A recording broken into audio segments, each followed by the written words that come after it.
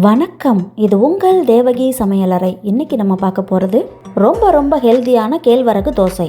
இப்போ வாங்க அதை எப்படி செய்யறதுன்னு பார்க்கலாம். ஒரு பவுலில் 1 கிளாஸ் கேழ்வரகு மாவு, அரை கிளாஸ் ரவை, அரை கிளாஸ் அரிசி மாவு, பொடியாக கட் பண்ண ஒரு பெரிய வெங்காயம், ஒரு கிரீன் சில்லி பொடியாக கட் பண்ணது, மெலிசா கட் பண்ண தேங்காய், ஃப்ளேவருக்காக கருவேப்பிலை, கொத்தமல்லி, கொஞ்சமாக துருவின இஞ்சி,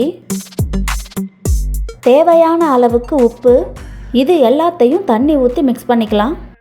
எப்பவும் ஒரே மாதிரி அடை தோசை செய்யாமல் இந்த மாதிரி செஞ்சு கொடுத்தீங்கன்னா பசங்க விரும்பி சாப்பிடுவாங்க. இதில் தேங்காயெல்லாம் சேர்த்துருக்கிறதுனால சாப்பிட்றதுக்கு நல்லா க்ரன்ச்சியாக இருக்கும். கலருக்காக கொஞ்சமாக மஞ்சள் தூள் சேர்த்துக்கலாம். இந்த மாவை ரவா தோசைக்கு கரைக்கிற மாதிரி தண்ணியாக கரைச்சிங்கன்னா தான் தோசை நல்லா மொறுன்னு வரும். அதனால் இன்னும் கொஞ்சம் தண்ணி ஊற்றி நல்லா மிக்ஸ் பண்ணிக்கோங்க. கரைச்ச மாவை 15 நிமிஷத்துக்கு அப்படியே ஊற விடுங்க. அப்போ தான் ரவை நல்லா ஊறும். மாவு ஊறட்டும். அந்த டைமில் நம்ம தேங்காய் சட்னி அரைச்சிக்கலாம். மிக்ஸி ஜாரில் அரை கப் தேங்காயை சேர்த்துக்கிறேன். கூடவே 1/4 கப் பொட்டுக்கடலை, 2 பல் பூண்டு, கொஞ்சமாக கொத்தமல்லி தழை, ஒரு கிரீன் சில்லி, தேவைக்கேற்ப உப்பு எல்லாம் சேர்த்து கொரப்பாக அரைச்சிக்கலாம். ரொம்ப நைஸாக அரைச்சிங்கன்னா நல்லா இருக்காது. கேழ்வரகுல கால்சியம் சத்து அதிகமாக இருக்கிறதுனால எலும்புகள் நல்லா வலிமையாக இருக்கிறதுக்கு உதவும். உடல் எடையை குறைக்கணும்னு நினைக்கிறவங்க இதை கட்டாயமாக சேர்த்துக்கோங்க.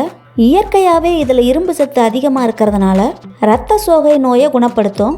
குழந்தை பெற்ற தாய்மார்களுக்கு தாய்ப்பால் சுரக்க உதவுது. கேழ்வரகுல இன்னமும் நிறைய பெனிஃபிட்ஸ் இருக்குது. அதனால் அடிக்கடி கேழ்வரகை உணவில் சேர்த்துக்கங்க. கடைசியாக தாளிப்பு கரண்டியை அடுப்பில் வச்சு கொஞ்சமாக எண்ணெய் சேர்த்துக்கலாம். கூடவே உளுத்தம்பருப்பு, கடுகு, ரெட் சில்லி, கருவேப்பிலை, பெருங்காயம் எல்லாம் சேர்ந்து பொரிஞ்சதுக்கப்புறம் சட்னியில் ஊற்றிடுங்க. இப்போ மாவை ஊற வச்சு 15 நிமிஷம் ஆயிடுச்சு. தோசையை ஊற்றி எடுத்துக்கலாம். பாருங்கள், இந்த அளவுக்கு தண்ணியாக கரைச்சாதான் நல்லா ஓட்டையாக சூப்பராக மொறுன்னு வரும்.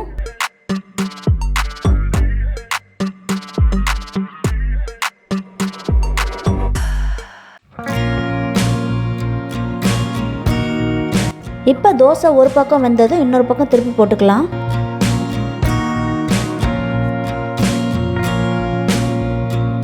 இப்போ ரொம்ப டேஸ்டியான ஹெல்த்தியான ராகி தோசை ரெடி. இந்த வீடியோ உங்களுக்கு பிடிச்சிருந்தா லைக் பண்ணுங்கள், ஷேர் பண்ணுங்கள், கமெண்ட் பண்ணுங்கள், சப்ஸ்கிரைப் பண்ணுங்கள்.